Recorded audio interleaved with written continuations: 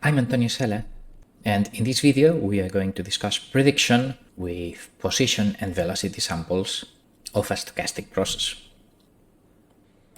In the previous video we started with this covariance function between the value, what we call position, of the stochastic process at two different abscissa coordinates. If this were physics, then we would use t1 and t2 time to name the abscissa, but okay, it's just a matter of names. We assumed stationary everything. And we determined that the covariance between position at abscissa x1 and velocity at abscissa x2 was the derivative of the position covariance, and we compiled it as cov f df for the predictions we are going to do in a minute. The same thing, swapping letters x1 and x2, will be compiled as cov dff. So in this case, x1 will denote the abscissa at which velocity will be measured or predicted, and x2 the abscissa at which position will be measured. And last, the covariance between velocity at abscissa x1 and velocity at abscissa x2 was this derivative of the covariance function, the cross derivative with respect to both arguments, or the second derivative with respect to the difference between them, and it will be compiled with a numerical function cov df. So with these ingredients we can carry out prediction. So let's start with our estimation problem, in which we will estimate position and velocity first from position measurements, and later we will estimate incorporating a mixture of position and speed measurements. Then we'll start assuming, for instance, that at abscissa 0 and 2, or time 0 and 2, let's say, we measured positions 0 and 1. So if we wished to compute the, let's say, finite difference velocity estimate, if I move 1 meter in 2 seconds, then my velocity estimate is 0.5. So this was the naive way of velocity estimation that intuitively should be good enough if the x points are close enough. Well, we'll do now formally with the stochastic process stuff, and of course hopefully our result will be also 0.5 or something like that with some confidence interval. So let's go. The key ingredient in this estimation of random variables is the covariance matrix of the available information. Capital K was the covariance kernel between two positions. Kernel matrix applies it for all the pairs in this vector x and x as well. This is the code of kernel matrix, in which we do a nested for loop to compute the covariance between all pairs of points in the x1 and x2 input arguments to the function. So this is the covariance matrix of the information from my measures, but we will add some measurement noise variance. So the actual covariance matrix of my noisy measurements will be that of the clean underlying stochastic process plus a diagonal matrix with the measurement noise variance. That matrix will be inverted, and the best prediction formula in mean is the actual measurements, well, the increments with respect to the mean, but we assumed zero mean, left multiplied by the inverse of the information covariance matrix, multiplied by the covariance between the measurements and the things to predict. And which are the things to predict? Well, we will try to plot the value of the stochastic process in mean and variance in these values of abscissa, which I call x test.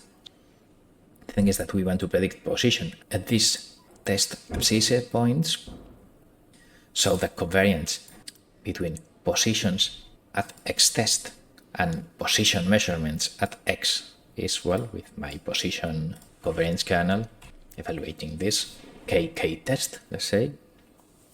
So covariance times inverse of information variance times the actual information values, YS is the mean of my posterior Gaussian process estimate given my measurements.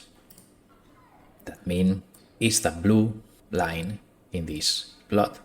So you can see that apart from measurement noise of 0.02 standard deviation, the mean passes through the measurement points, which are marked in red. How do we compute the green lines? The 2 sigma confidence interval. We'll do it point by point in my test points. How we do it? Well, we apply the variance equation in prediction of random variables that says that my prior variance was, well, this capital K by definition, each of the test points, and we have a variance reduction due to the information available, and that variance reduction is covariance times inverse of information times covariance transposed. With that, we obtain the variance at each test point, so its square root is the standard deviation that multiplied by 2. We are plotting in the figure, and here it is, position estimate from position measurements. And this is the standard way that you will find Gaussian process interpolation. From observations of the Gaussian process, position we call it, we estimate in mean and variance the values of the Gaussian process at non-observed locations in the abscissa. But okay, what we are going to do here is use the covariance between position and velocity to estimate the velocity. How is it done? Well, the idea will be just changing this line, because this is the covariance between what I want to predict, position and X test in this case, and what information I have. But if I want to predict velocities, then I will need to change this K for the covariance between velocities and positions. Velocities to estimate, positions to measure. And of course, I will need to change also this prior variance with the prior variance of the velocity. So if we go now to the modified code, this is it. I just changed the position covariance in this third argument to the covariance between velocity at X test and position at X, which is where I measured position. And then with this new covariance, the information is the same, but now I predict the mean velocity, and in the confidence interval standard deviation computation, well, I need to compute the variance using my prior estimate of the velocity variance, which I called cov df at each test point, minus the covariance between velocity and position, inverse variance of position measurements, and covariance transposed. And well, that stuff, square root, will give me the standard deviation of the velocity estimate posterior to my position measurements. So with suitable plots. Then we have this plot that if we analyze, well, we first the position data marked with red circles and the position mean estimate made with this dashed green, olive green line. Well, that was what we did with the previous version of the code, but now that we have modified it to estimate velocity, then we get the blue velocity estimate in mean and the dotted light green curve as my posterior velocity estimate confidence interval. So we can realize that the blue line is the derivative of the mean position line, in this maximum position, for instance, we get 0 velocity. And if you look here, if we zoom in, we see that at this point in the middle of the measurement points, velocity is, 0.51 or something like that. I mean, we have measurement noise. We are not exactly sure that my velocity is that thing. But our conclusion roughly is that in the center of my position measurement points, indeed my velocity estimate is the finite difference 1.5 plus minus some measurement noise effect, but this is coincident with our intuition. So this is what we understand as our velocity estimates from position data. Now the next thing we're going to do is to add velocity measurements. I will add this velocity slope measurement at a point in abscissa equal to 11, and I will measure, let's say, 0 speed. So now my information is built of 3 elements, 2 positions and 1 speed. So we need to update the covariance matrix of the available information because, I will keep these 2 by 2 position measurements using my original K, but I will need 1 variance velocity computation with my cov df, and I will need also position and velocity covariance with my cov f df. And in here I will put the same covariance transposed because covariance matrices are symmetric. So this is the way I will get a 3 by 3 covariance matrix of the available information. Then here we have the computation of this column with cov FDF, covariance between the 2 measured positions and 1 measured velocity. This covariance between velocity and velocity will be this part, 0.12, in this part of the matrix, and with this transposed, then I can form this 3 times 3 kk big matrix, in which this is the partition and this 2 times 2 first diagonal block coincides with the 2 by 2 covariance matrix we used when we only had position estimates, of course. So now with this information, then we need to compute the covariance of the things we want to predict with the things we have information of. So for instance, if we wish to estimate position of the Gaussian process, then the covariance of the positions at x test and positions at x, I already had it in the previous code. So I now need to compute the covariance of the positions at x test and the velocity df at x there, where I measure the velocity. So once I have this covariance with a new measure, I add to the position to position covariance this position to speed covariance to get the big covariance matrix, which is 61 times 3, 61 test points and 3 measurements. 2 first columns related to position measurements, last column related to velocity measurement.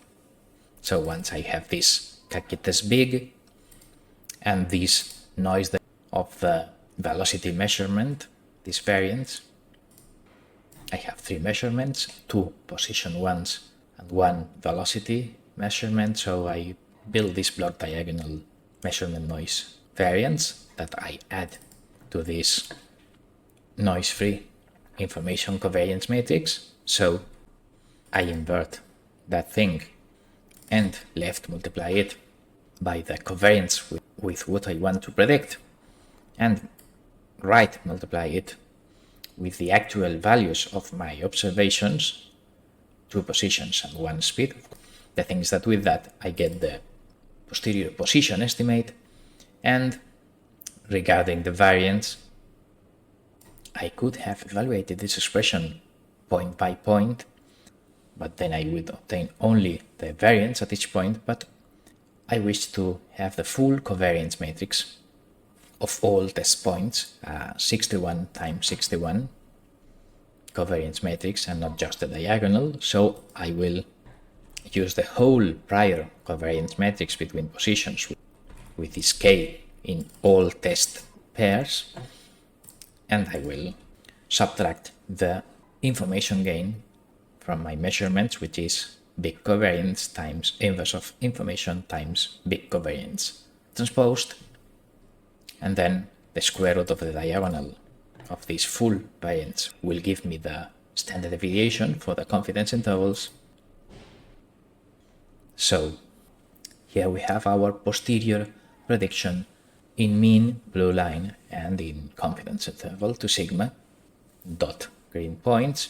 And as you can see, the olive green was the mean without the velocity measurements, and now the blue line after incorporating the velocity information, indeed at the measured points, with the red vertical line indicating the measurement points of speed. Well, indeed, this is a horizontal line indicating that I measured the zero velocity, but okay, we have a lot of uncertainty, so let us throw the dice with this blue mean and with this bar full covariance matrix and see how the different realizations behave.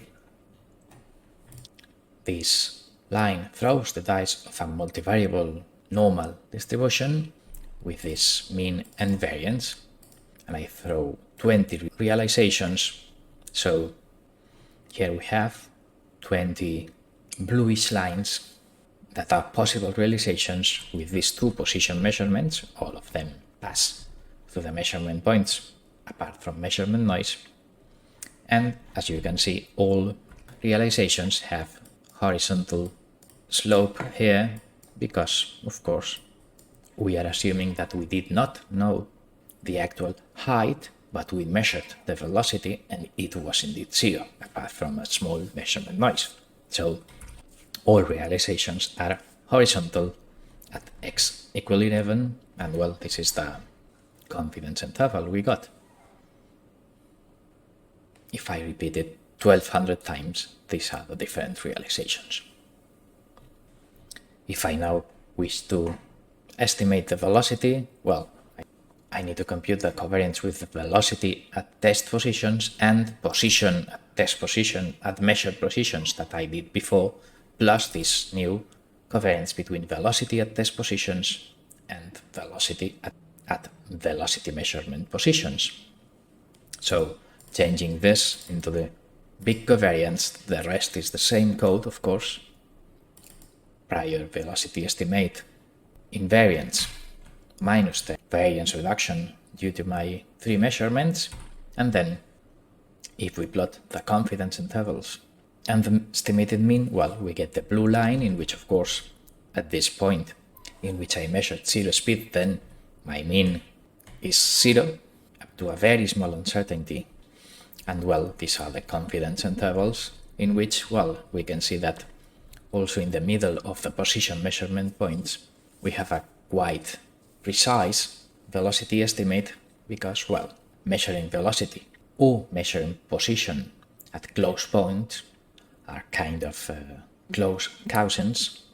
Of course, the precision in the velocity estimates in here will depend on the measurement noise in the position and on how close the points are. So this is our velocity estimate. And so with this we end the video here.